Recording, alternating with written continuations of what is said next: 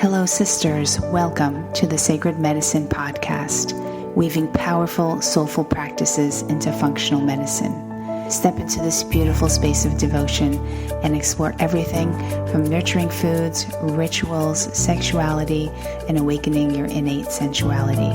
It is time to own your radiance. This is the Sacred Medicine Podcast.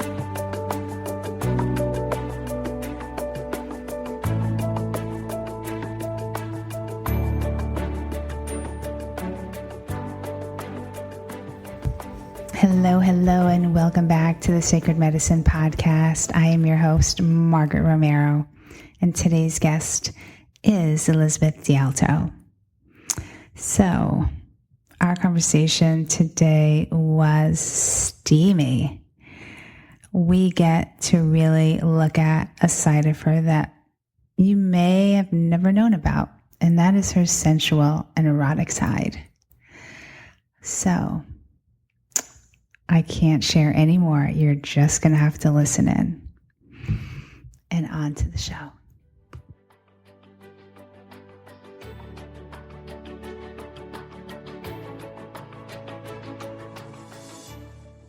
Hello and welcome to the Sacred Medicine Podcast. I am your host, Margaret Romero, and today my guest is Elizabeth Dialto. And so I'm so excited to have you on today, Elizabeth, because we've worked together for several months.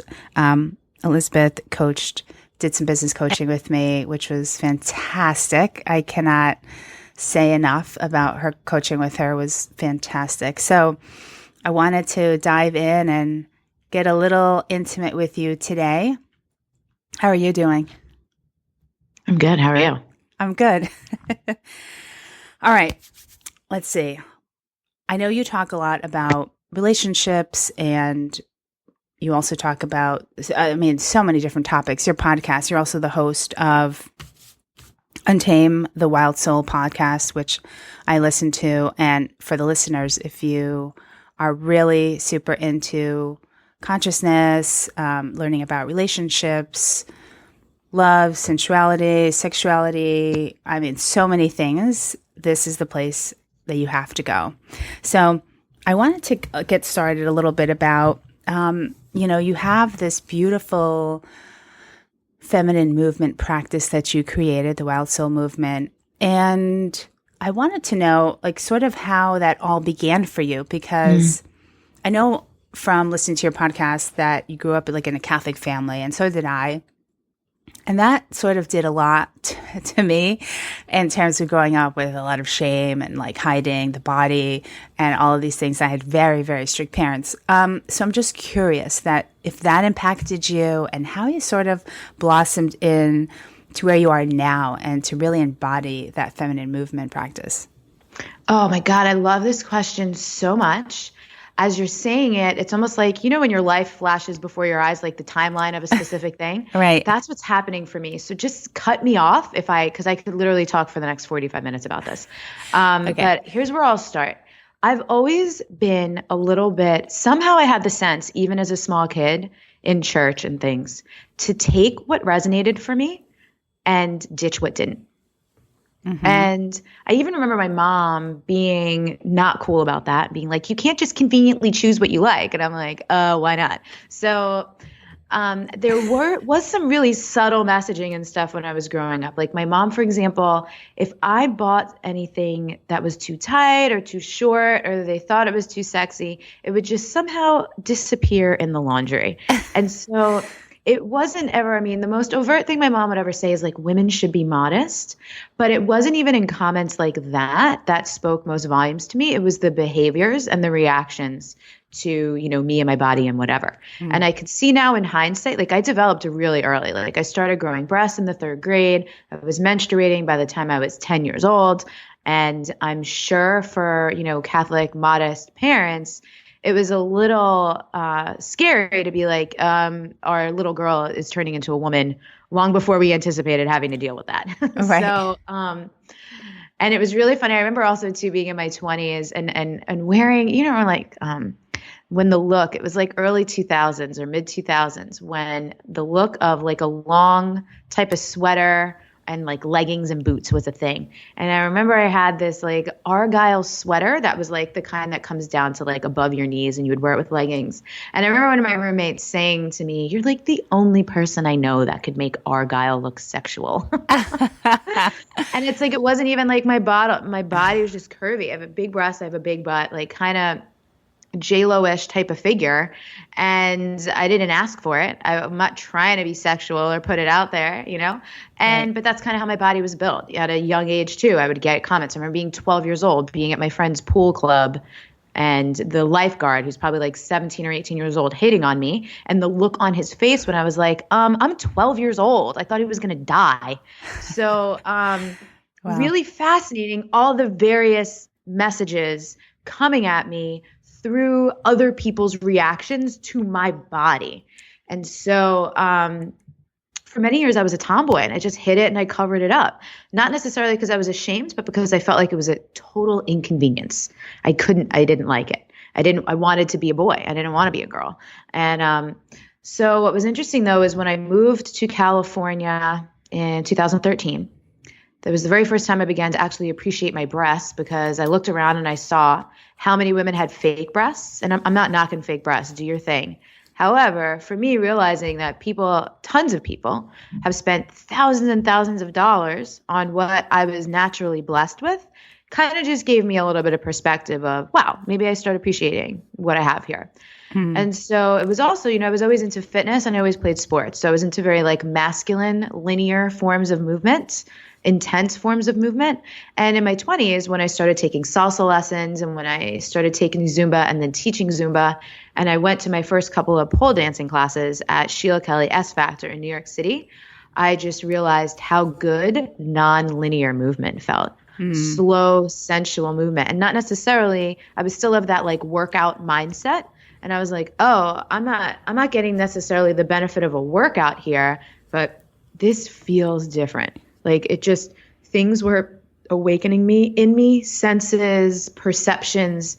I was starting to notice that my body is actually like a tuning fork. And so learning to speak my body's unique language of the senses, which is something that Wild Soul Movement is all about. It started by doing those kinds of movements, even just like hip circles, circling my neck and being like, how and why does this feel so freaking good? Especially afterwards. I would notice I would walk out of the pole dancing studio and I'd be back on the streets of New York City and just feeling like, man, I felt like I had a superpower that I previously didn't even know existed, nor did I have access to it. Okay. Did that answer the question? Yeah. And so this was S Factor. I know that you started taking some pole dancing classes in California as well. Yeah, recently. And so I guess what I want to know is you took the S Factor. It was sort of awakening things up in your body. And then you just started creating things that felt good for you, which is when you created Wild Soul Movement. Yeah, pretty much. I remember a good friend of mine, Kate Northrup. Kate knows everyone. And I was like, hey, if I want to study sensual movement, where do I go? And she had recommended taking Koya with Rochelle Chic. Yeah. And it just so happened that in 2014, when I was in LA in Venice Beach, Rochelle was in LA in Venice Beach teaching Koya 6 minutes away from where I was living. So she had also recommended this book by Gabrielle Roth called Maps to Ecstasy. Gabrielle Roth is, for people who aren't familiar, the founder of Five Rhythms, which is a kind of a form of ecstatic dance. Yeah. And so between reading that book, doing what I'd already been doing and just exploring a little more, taking Rochelle's classes, getting more into yoga as well, because again, it was just like different types of movements.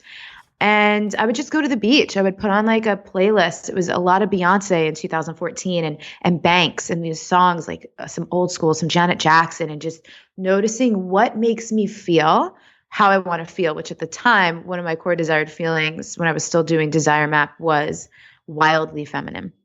And I was like, how do I feel connected, free, wildly feminine, and ease? Those are my core desired feelings at the time. And so a couple of like, those are kind of a lot of the things that influenced the birth of Wild Soul Movement, because I looked at how I wanted to feel in my body. I looked at what kind of movements made me feel that way.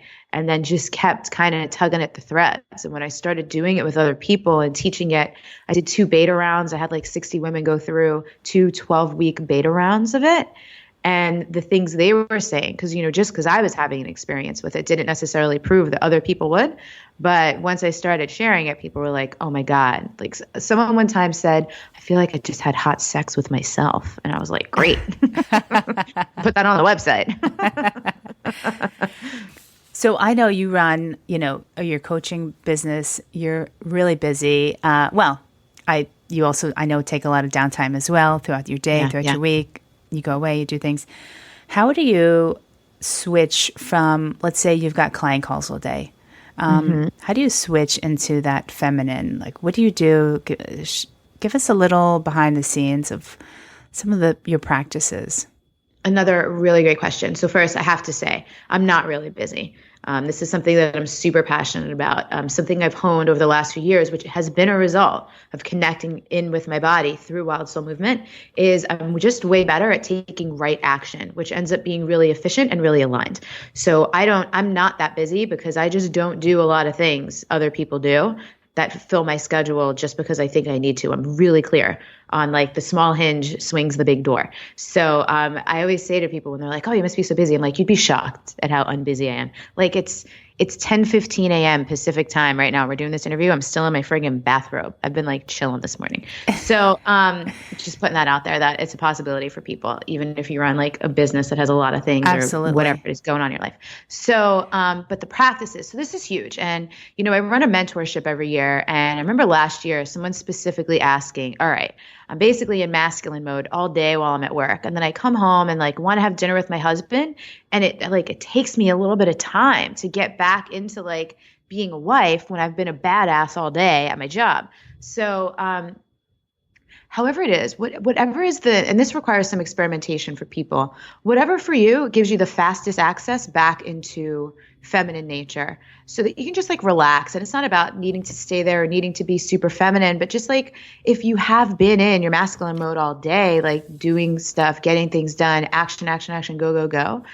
Whether it's literally, it could be a 5-minute meditation. It could be just putting on some sensual music, lighting a candle. If you have the time, maybe it's taking a bath. For me, often, and because I live in a place where it's warm most of the time, it's getting outside. It's being in nature. Like I have a balcony now in my new place. I'll just go stand outside and let the sun hit my face and breathe it in for a couple of minutes. That works. I light some rose incense is my favorite. Or my yoga mat's always rolled out in my bedroom. I'll just like get on the ground, do some Wild Soul Movement, do some hip circles. And sometimes it's also like I'm a pretty big extrovert, but sometimes it's just about getting a minute to myself, right? So movement, anything that activates the senses. Sometimes it's just drink a freaking glass of water. Breathing is always a big part of it. I do a lot of energetic practices like cutting my cords and grounding myself, especially when it's, you asked specifically, like if I've had a full day client calls, I'm cutting my cords, I'm releasing everyone else's stuff, getting that out of my energy field. And then, just coming, whatever helps me to come back to myself. I know at least 5 things that help me do that pretty quickly. So I totally recommend that for people. Just know what is your fast path to reconnecting with yourself. So what's your morning routine like? Is it typically the same? No, how do you? I always try to be someone who can stick to routines, and I can't. But there are a handful of things that must be done throughout the day, and for the most part get done every single day. Some kind of meditation, and for the most part I meditate throughout the course of the day. I'll do little short bursts of meditation here and there. Journaling, contemplation. I've been doing a lot of dream work lately. So I have a general journal, and then I also have a dream journal where I will actually that journal is for dreams and divination. And so that's the journal that I write in to catalog my dreams, see what was going on, see what comes out with that. And then also if I'm pulling any kind of oracle cards or whatever, I'll do that. I'll write down what was my question. I'll write down the card I pulled. One of the reasons I do that too is because I like to be able to measure backwards. I like to be able to look back over time and see, hey, what was I dealing with in December of 2016 and what's different now, So, but I spend a good chunk of time in bed in the morning, like before I usually start my day pretty slow. During the more energetic times of my cycle, so after the week after my bleed, the week before ovulation time, in and during ovulation time. Sometimes I'll skip out on the like Luxy morning in bed and I'll go right to the gym, or I'll go right into a workout because I'm like popping out of bed like that. I pray a lot. Yeah, those are kind of my things. It's just like, and I need to get outside. I try to go for a walk, at least a short one, if not an hour or more every single day. So there's a bunch of things. And sometimes depending on the actual season, summer, spring, fall, winter, or where I am in my menstrual cycle, those things will change. And you also do get some spa time, massage time, things like that as well. You squeeze some of that time in. I get a couple massages a month usually. I have this it's like this little urban sanctuary here where I live in North County, San Diego, called Lemongrass. It's in Encinitas. If you're ever passing through, you got to go there. Tell them I sent you. They're always like, we need to start giving you commission. They sell crystals. They have this biomat crystal bed little place. Like, they're so freaking great. I get all my jewelry there. Yeah, I'll go to Lemongrass. And for me too, it feels like I live near the ocean. So even just going and sitting in front of the ocean feels like being in a spa for me. Like, nature is so connective, nourishing, and reconnective for me. Yeah, stuff like that. Baths, salt baths. Oh my God, I take a salt bath almost every single day. Do you? Oh, that's awesome. And you also are in the ocean. It seems like often, a few times a week, maybe? Yeah, it's really funny. At the time we're recording this, I got a tattoo like a week and a half ago, and you can't go in the ocean. You can't soak your foot in the tub, because like the bacteria or whatever, because it could get infected while it's healing. So yeah, I really do. I try to at least put my feet in the water a couple times a week. So I'm like, I'm having a little bit of withdrawal. It'll be 2 weeks on today's Friday. It'll be 2 weeks on Sunday, and I can finally go dip my toes back in. What is the tattoo? What is it of? It's the triple moon symbol. So it's a full moon, and on either side is the waning moon and the waxing moon. Yeah. Oh, where'd you get that? And it your stands leg, ankle, left foot. So here was the whole inspiration. And actually, I saw it in a meditation several weeks ago. I saw the lunar cycle on my foot, and I'm like, oh, cool, got to figure out the design.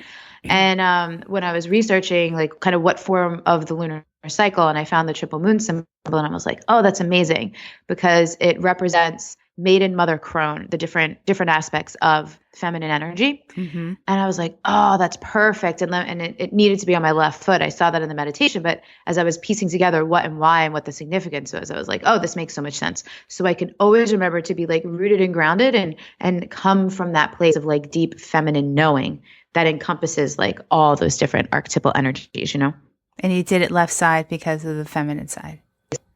Yeah. Yeah. Cool. I've never gotten a tattoo. I'm a little bit of a wuss when it comes to pain. So let me tell you, I had the one thing I was always positive I would never do is get a tattoo. And I got my first one in December of 2013. And I get like little ones, like they're little and thin. So I have like a little symbol on my right wrist that stands for love is infinite. This was my second one. But you know what I've been doing lately since we're talking about self-care? Have you ever tried cryotherapy? Yes. Oh my God, I'm obsessed with it. Are you? That. How? And I feel like that, like being in negative 140 degrees for like 3 minutes and breathing through that really helped me be able to tolerate the pain of the tattoo. Oh, wow. Okay. But how long have you been doing cryo? Just a couple months. I went really inconsistently. I'd only gone like a handful of times. And then the other week I started going regularly. Have you noticed anything in your body? What I notice is, and one of the reasons I started going is because I started working out again, and I was so sore, that's supposed to help you not be as sore. So I certainly noticed that. I just really love how energized I feel afterwards. Yeah. And then in terms of resiliency, I'm really noticing that, like, to be able to sit and breathe through the pain of the tattoo, the foot, there's a ton of nerve endings on the foot. So even though it was an easy peasy, like 5-minute tattoo, it's still quite painful. So to be able to breathe through that, I noticed I really dug it. It's supposed to be good for your metabolism. I can't speak to that directly because I have a lot of things going on in my life that are contributing to like easy weight loss right now. Easy weight loss, you saying? Did you just say? Yeah. Oh, nice. Mm-hmm. Any that you want to share? Well, I got out of a relationship. And for me, I'll be really clear. It's not because I'm like depressed and I'm not eating. It's actually kind of just like an energetic thing Yeah, yeah, where totally. getting a lot of my energy back to me and not having the burden of the relationship anymore has just made it super, super easy. Grounding and nesting into my own space. I know Mm. sometimes we gain weight because we're like not feeling grounded. And so that's been helping. But also, too, and related to coming out of the relationship, but also just in general, I just don't, and maybe it's being in my own space, I don't know, but I was having a lot of food cravings and like emotional eating type behaviors for the last few years, and that kind of just stopped. So I just haven't been eating crap.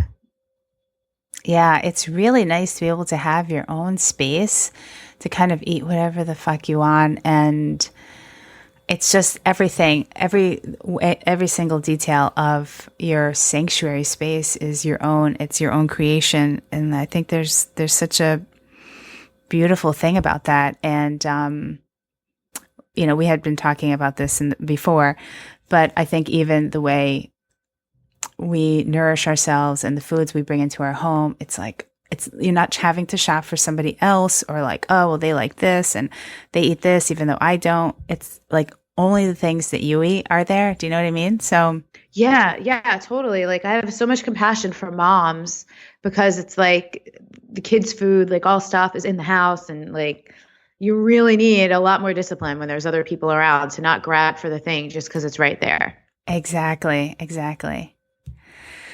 So one of the other things I wanted to know was any sensual rituals that you do, either weekly or daily. Yeah, I always love to lotion my entire body when I get out of the shower. It's kind of just a way to stay in tune and connected with my body. Mm. Last year, I did a little consulting project with Dove UK. They were creating a new line, moisturization line. I think it was called Derma Spa. And one of the things they asked me to do is to create some moisturization rituals. And they had done a survey of women in the UK and found that most women said that they would not recognize a picture of their own body from the neck down. And I'm What? like, that's wild. I know every friggin' inch of my body because I've like been, and I've been doing that actually for years since like high school. And not even for now it's more for a sensual aspect because I liked having soft skin. But the other thing is, and I think you know this, I love breast massage. I barely ever wear a bra and I have double D plus my boobs are huge. And people ask me all the time if my boobs are fake. They're like, "Are you sure you're not wearing a bra?" And I'm like, "Yeah, I think I'd know." And part of it's because I massage my breasts also when I'm lotioning my body or even in the shower with the soap. That's huge. It's been like getting a natural boob lift. They're so perky and happy. Yeah, I love that. I so recommend women not wearing bras. It does cut through these Chinese meridians, which are not good on the side, like sort of Mm-hmm. below your armpit. There's a meridian there that it cuts off, and then with the underwire and all of that, and then if you're just in that all day, and then you come home, you're still in that. It's like the minute you get home, just take it off and like massage your breasts. And I have this breast massage oil that I use every night before I go to bed, which I love. And I Oh, think what is women. it? I have one too I love. What's yours? Oh, it's called. Oh my God, I'll put in the show notes. Something Goddess, and it's Oh, cool. specifically for breasts. Cool. Yeah, yeah. The what I love is called pomegranate breast oil. It's like literally the website is pomegranatebreastoil.com. Oh, okay. And it's actually really funny. I made a breast massage video a couple years ago. It has like 300,000 views on YouTube or something Oh, like cool. that. And sometimes I'll get hilarious comments. There's like the people who actually appreciate it. There's the dudes who are jerking off to it. And then there's like the 16-year-olds that are like, is this going to make my boobs bigger? And I'm like, I don't know. It's funny. Yeah, I recommend tell my patients like just take off the bra. I actually used to know people who would wear the bra at night, wear it to bed. I'm like, I hate anything tight on my body. I prefer no clothes than a lot of clothes. So I agree. I just think that wearing a bra is I mean, I'm not wearing one now. When I'm home, I never wear one ever. And I don't even really need one. So if I'm out, it's more likely that I'm probably not wearing one. Unless there's some kind of see-through issue, possibly. Yeah, me too. That's it. See-through or working out. That's it. It's the only times. Yes. Those are the only exceptions. That's why I'll wear a bra. Yeah. Yeah, I love that. So let's see. Okay, so sensual practices, you massage your body and you do breast massages. Any self-pleasuring practices that you do, or do you like in the mornings or at bedtime or anything like that? That I do when I feel the urge. So I must do this every day, day in and day out. I probably on average do that maybe at least twice a week. Okay. Sometimes more than that, but it's really when I feel like it. So sometimes it'll be like the middle of the day and I'm like, oh, okay. I'm kind of in the practice. And again, I've set up my lifestyle in such a way that like I don't have to ignore urges or instincts if they are loud or if they're clear or if it feels important. So, yeah. Do you use any sort of toys, or are you into any of that stuff? What's really interesting? Someone had sent me a crystal wand that I'll use that sometimes. I do have a vibrator. It's not every once in a while I'll use it, but for the most part, I'm not really interested. And I've read some studies on this. I'm not interested in desensitizing myself to human touch. Mm-hmm. So for the most part, I don't use a lot of toys. Okay. Yeah. I'm not a huge proponent of vibrators per se. And I've used the crystal wand. I just find them to be a little bit cold and a little too hard. So cold. You have to like warm it up or something. Oh my God. Like, put it under a heating pad because you're like, oh, that's not the temperature I'm used to being in this warm, amazing area of my body. Yeah, I agree. Like run it under some hot water or something. I know. But by the time you like hot water and then you like go to the bedroom or wherever it is you're doing it, it's like already at room temperature and you're like, oh, this just isn't the same. So it's so funny. It's like hashtag awkward masturbation problems. Right. Oh God. So yeah, I love going with just the urge, right? And I think that a lot of women, I'm sure you've worked with a lot of women that are really not, either really don't listen to the urge if it comes up, or because I think after a while, if you don't really do anything about the urge starts to stop. They start to come around and libido starts to drop. And I feel that sensual practices are essential, especially if you're not with a partner or having any sort of regular sex or sensual time with a partner. I think it's really important to be tapped in and at least absolutely knowing what you love for yourself. Totally. Yeah. Because if you meet someone new and you're like, well, he's supposed to know what to do and how to do everything. That's so unfair. It's so unfair to the person. So wrong. Yeah. Especially because every woman's body, every man's body, every human's body is different. What turns people on is so subjective, right? So How can we possibly expect someone who's never touched our body to just know how it works and know our preferences? Exactly. And, I think that there's a lot of pressure on the guy to perform a certain way. And then the woman's like, well, I hope he didn't know what he was doing. Or I don't know. I feel that women like find out what turns you on, turn yourself on, know how you can orgasm, and then tell him. It's like, just be open, and communication in the bedroom is okay. It's actually more than okay. Yeah. Yeah. And what's cool, I like how you said, especially if you're not having regular sex or with a partner or whatever. Like, so I'm very intentionally just coming out of like a 3-year relationship, taking some very intentional time off from men. I'm calling it like my man fast because I'm not interested in being distracted right now. And I love it. And sexual energy, like that sacral chakra, if you're familiar with the chakra system, Yeah. it's very potent energy. It's also connected to your creativity, to your financial flow, to other things. And so to make sure that that energy is moving in your body, not even for the sake of pleasure is awesome, for the sake of orgasm is awesome, for the hormones that that produces when you do have an orgasm and stuff like that, but also to keep the energy moving and to not let that be stagnant in your life. Because I think often if you look at when those other areas are stagnant in your life, your creativity, your connection to your self and your sensuality and things like that, and even your money, if that stuff's not moving and flowing, I mean, what's going on with your sexual energy too, you know? Oh, exactly. Yeah. Root chakra and the second chakra as well. Really important to keep those opened. Okay, so let's see. We answered a couple of things I was going to ask you already. I do want to go back to the sex toy thing.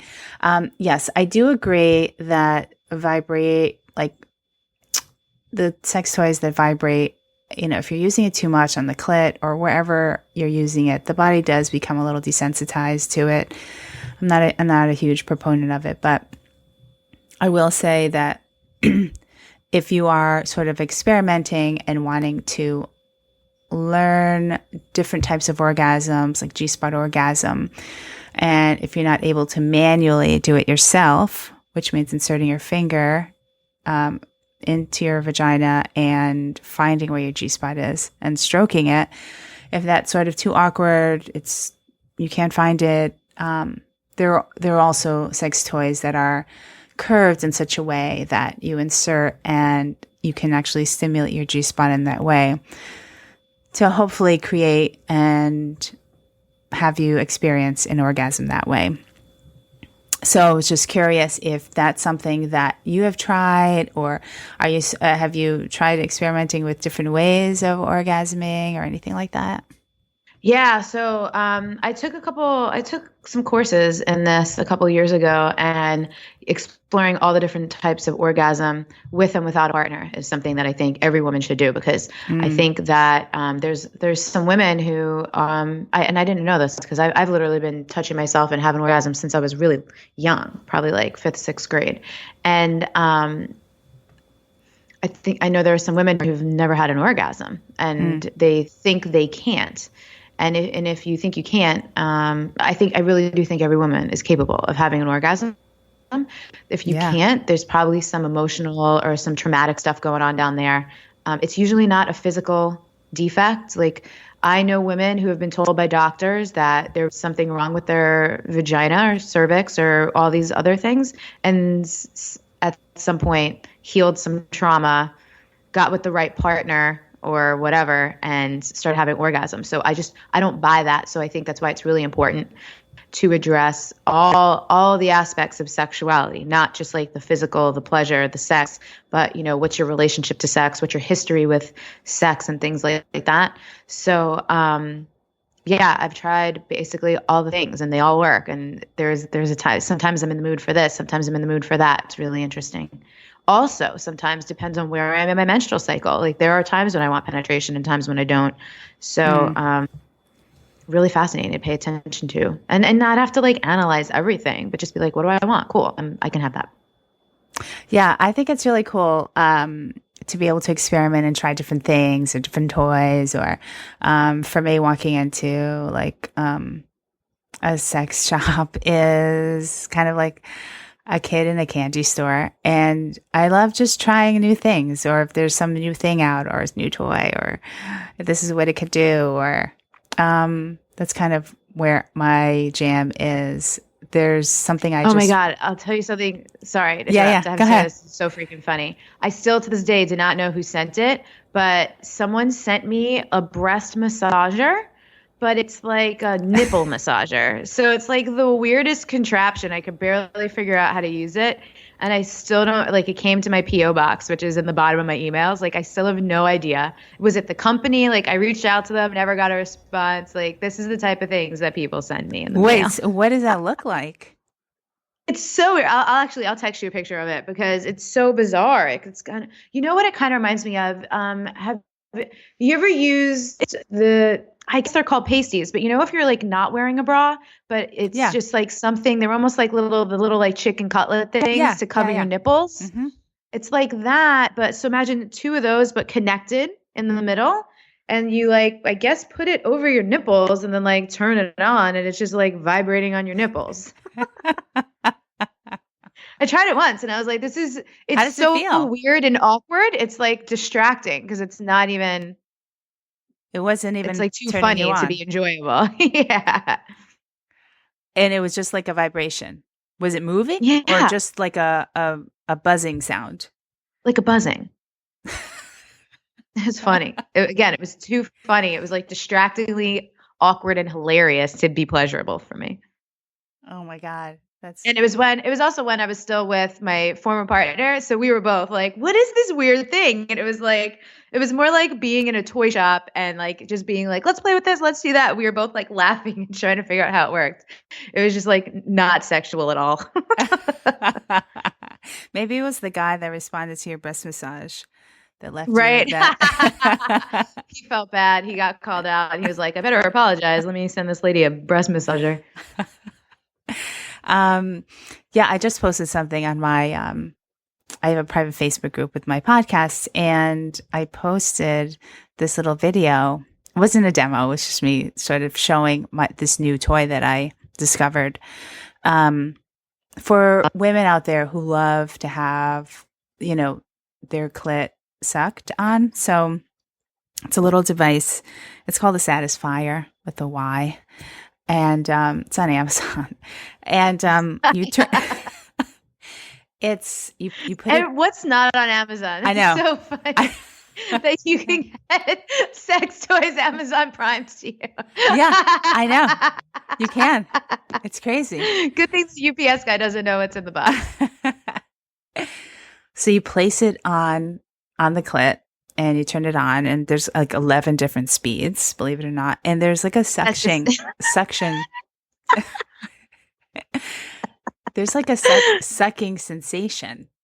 And and you've tried this or no? Yeah. How is it? I love it. Now, I know all orgasms aren't about the clit and everything. I know there's different types of ways, but if you particularly like having, a little extra tension on your clit and you like that sucking sensation, I totally think that people should just get this. Seriously. I love the things that creative minds come up with. You know what? I'll tell you something funny. When I was younger, I want to say it was probably in like middle school. You know how, I don't know if they do this. I haven't read a physical magazine in such a long time, but you know how like magazines either used to or still do have like so many ads in the back of them? Yeah. I used to notice there was this thing in the back of women's magazines. It would be an ad for something called the tongue too. And it was supposed to like simulate the sensation of like getting your clit licked. And I remember having like such curiosity about the tongue too when I don't know, I was probably like 14 years old. Did you order it? It sounds like, no, because I was freaking 14 years old. Like you live in your parents' house. Where are you going to freaking hide a tongue too when you have a nosy mom that goes through your shit, So I missed out. Years later, I looked it up when I was like old enough to get it myself and not have to hide it. And I was like, well, I guess it's discontinued because I couldn't find a tongue too anywhere. But maybe your Satisfier thing is like the 2016 version of the tongue too. I love this conversation, by the way. I remember back in the day, before it was okay for women to talk about this type of stuff, like at least my immediate friends. And I remember thinking, like, I do this all the time. Like, why do I need to pretend that I don't? And does that also mean everyone else is pretending that they don't? So now it's cool that we could just talk about it. Oh, yeah. Totally. I know. I'm sort of on the edge of, professional, I have a medical practice in the city. I don't really talk about this, but I do because that's just who I am. And why not? It's like people are having sex or you're. Well, and there's a bunch of health benefits. Yeah. Oh, yeah. Big time. Cool. So, yeah. So anyway, go back to the Satisfier. So you can use it in the tub. You can immerse it in water. This thing is fantastic. Uh, We see you like on the you're like the spokesperson of the Satisfier. Like imagine I order one and like you're on the box with like a thumbs up.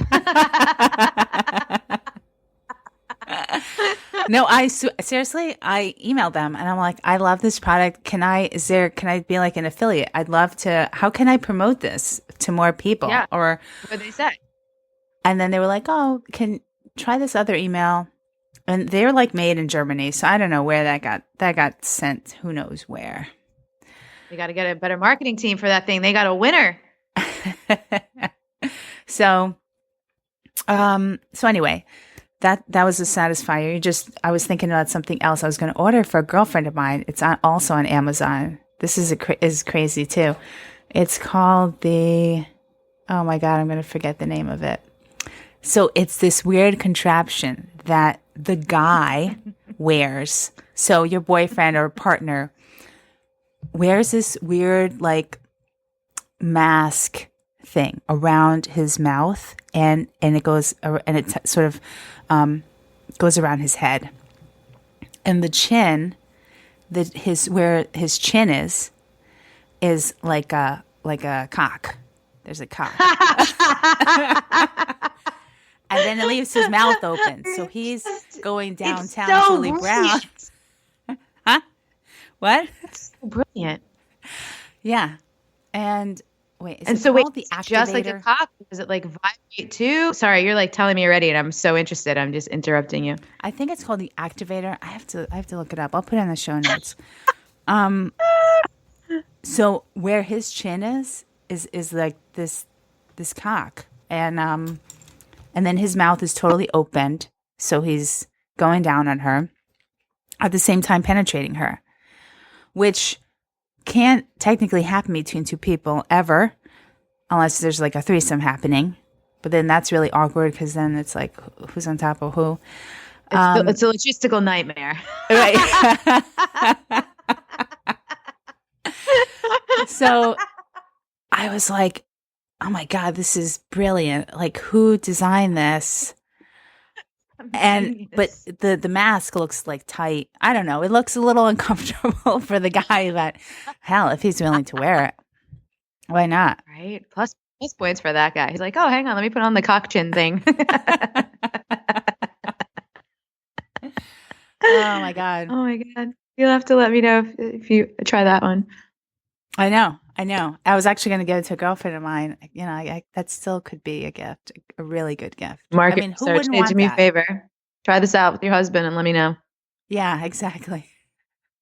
There's this thing called the Sibian. Have you heard of it? The Sibian. No? I love that you're like a connoisseur of this stuff. I have no idea. No. Okay. This thing, you would have enough room in your place for this, actually.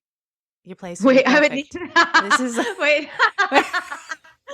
You're like, oh, you have plenty of space in your home. Yeah. I'm thinking it's like a tool or a toy. Oh, apparently, it's like a piece of furniture, huh? It is. It is like a piece of furniture. So, the Sibian is like the Mac Daddy of all sex toys out there, hands down. I do not personally own one. Do you not have space for it? But I want to. I could. I would find space for this. Absolutely. This is funny. This is like I tell women, like, you need to find a corner of your house to like have an altar or meditate or like have your little Zen dance. It's like you need to find a corner of your house to have the Mac Daddy of sex toys. So let me describe it real quick. So imagine a how do I say? Okay, you know when people go and you ride the bull, mechanical bull, you know, you're sitting on that. Okay, yes. Imagine that thing that you're sitting on that your legs are over. Cut out the head of that bull, you know, the back and the head, and you're just left with what you're riding. Okay, that's kind of like the Sibian. It's like a rounded dome, and on top, there's all these different attachments of all different size cocks. From little, it could be flat. It could be like a little numb, a little tiny, like a micro dick. Well, you could get that if you wanted, but sometimes women just like to be able to rub their clit or rub on something, and that's how they can orgasm. So you can have something like that. They also have like large, extra large, and like extra extra large size cocks, and so you attach it to that, and you like ride it, and it moves, and like moves up and down and all around. I'm thinking of like being a little kid and like putting the quarter in the pony thing outside of the grocery store. Yeah. It's like similar. Wow. I am just so impressed by the level of effort and creativity in the sex toy industry right now. I'm so glad you told me about all these things. I'm not saying I'm going to rush out and order them, but knowing they exist makes me really happy that it's 2016 and the technology in sex toys is just fantastic. Oh, yeah. Big time. So the Sybian, and I think they've created like a little, like a leather something, and you hide it in there, and it looks like a little seat, and then you pull it out when you want to use it. And okay, that's my favorite part. That like your friends, family members might be sitting on your frigging Mac Daddy of sex toys, and they don't even know that when they leave, you are fucking that thing. Yeah.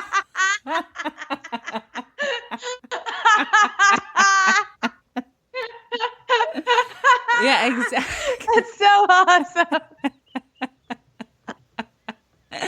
Exactly. That's exactly what it is. It's brilliant. Hey, Mom, like, right? This is like, I wouldn't really do this, but this is like your Catholic revenge, right? You're like, Mom, sit on this thing. It's amazing.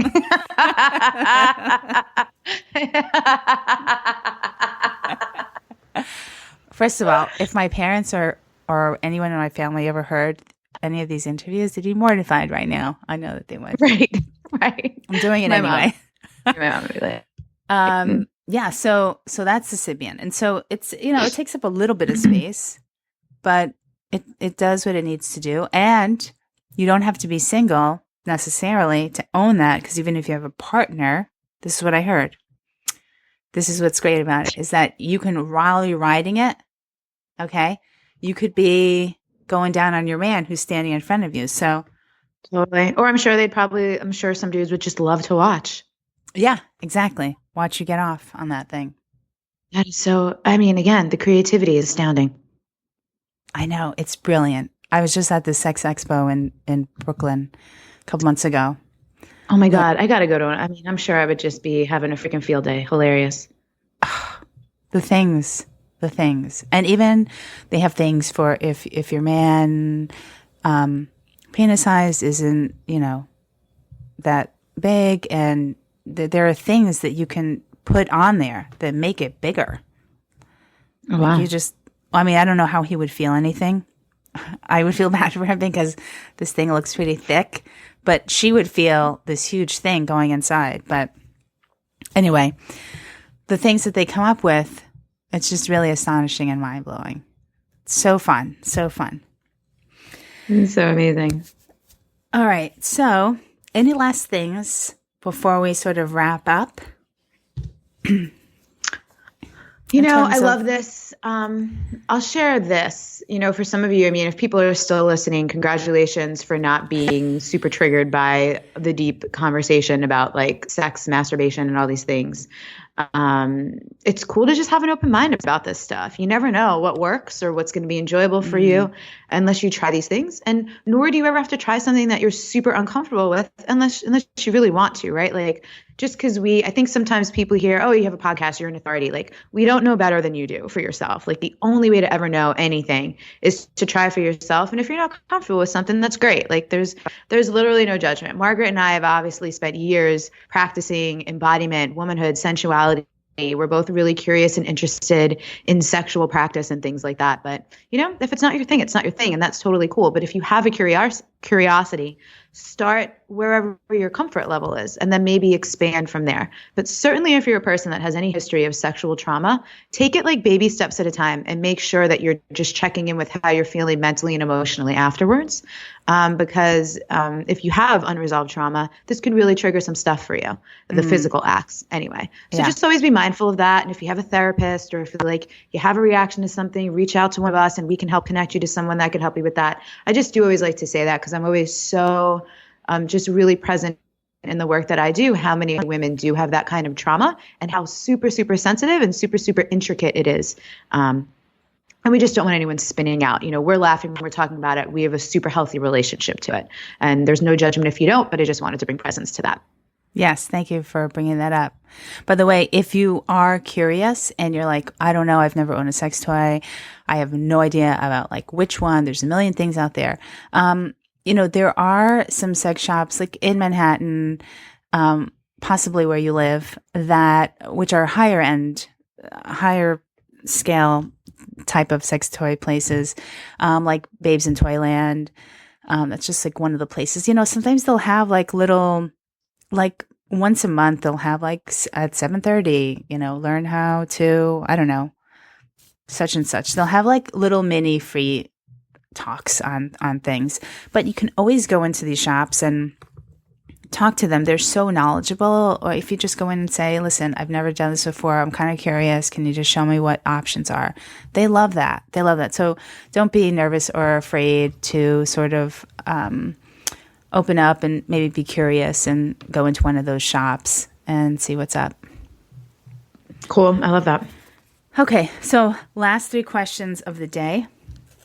Quick. What's currently at your bedside? Books. It's always books. Specifically this morning, it's Be Love Now by Ram Dass. Oh, nice. Nice. What is your most favorite indulgence? Moving slowly. I love that. And okay, so you answered the book question. Let's see. Sorry, I'm like that's okay. Answering the questions. No. Oh, here we go. Here we go. What do you wear to bed? Oh, I prefer to sleep naked. Okay, cool. Love it.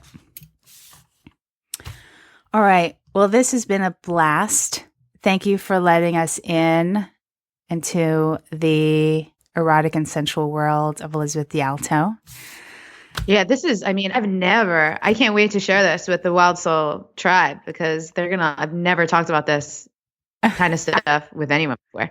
Not even Susanna Frioni. That's usually who I go there with. So thanks for asking the deep questions. Yeah, no, and thanks for being so open and talking about it. I didn't think that you would be not open to any of it. So thank you for that.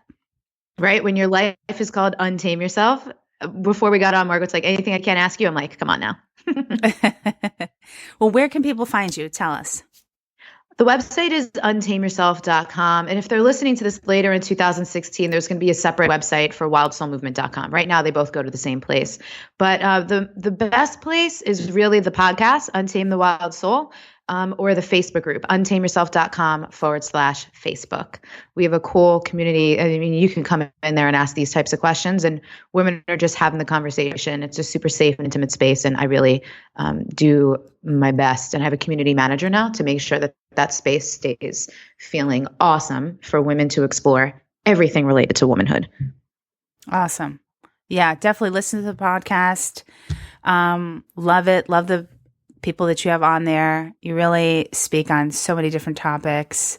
And I just love you. So thanks so much for spending some time and letting us into your life a little bit, and have a beautiful weekend. Well, thank you so much for listening. That was such a fun interview for me. If you want to learn more about Lisbeth and for all the show notes, you can find it at margaretromero.com/episode 13. And if you love the show or you love this interview, I would love it if you can share it and subscribe in iTunes. You can also sign up to be part of the community at margaretromero.com/podcast. Have a beautiful weekend, and I will see you next week.